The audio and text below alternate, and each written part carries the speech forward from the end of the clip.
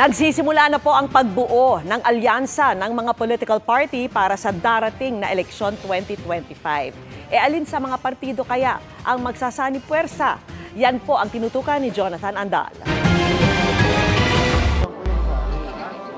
Madaragdagan pa umano ang kaalyansa ng Partido Federal ng Pilipinas o PFP, ang partido ni Pangulong Bongbong Marcos. Pagkatapos ng Lakas CMD, Nationalist People's Coalition at National Unity Party, ayon kay Representative Ace Barbers, sasama na rin daw sa koalisyon ng kanyang partidong Nationalista Party. We are in the process of firming up yung alliance between the Nationalista and the Partido Federal ng Pilipinas. And we would like to align with them in order that we can show and manifest the support of the party sa lahat ng programa ng ating Pangulo sa pagpababago ng Pilipinas at sa pagpapaunlad nito. So soon, even probably baka bago matapos itong buwan na to, magkakaroon kami ng signing.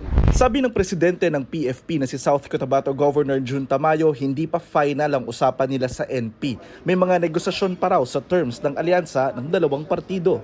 Ang oposisyon na Liberal Party, 4 na ang kinukonsiderang pambato sa Senado. Ayon kay LP President Representative Edsel Lagman, hindi nila bubuin ang 12 pangalan dahil limitado ang kanilang pondo. Pero kinukumbinsi daw nila si dating Vice President Leni Robredo na tumakbong senador kahit pa nauna na niyang inihayag na pagka-alkalde sa Naga ang nais nitong takbuhan. It's a continuing effort, but we always respect her decision.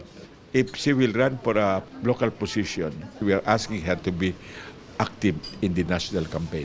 Iminungkahi naman ni dating Senador Antonio Trillanes IV na bumuo ng koalisyon ng anyay Pink Forces kasama ang kampo ni Pangulong Bongbong Marcos matapos lumabas ang balitang ilan sa pamilya Duterte ang posibleng tumakbo para sa pagkasenador. Pero sabi ni Lagman, we are not seriously considering any alliance with the Duterte forces or the Marcos forces.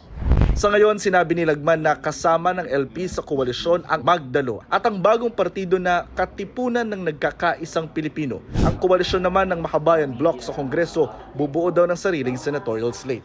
Para sa GMA Integrated News, Jonathan Andal, nakatutok 24 oras.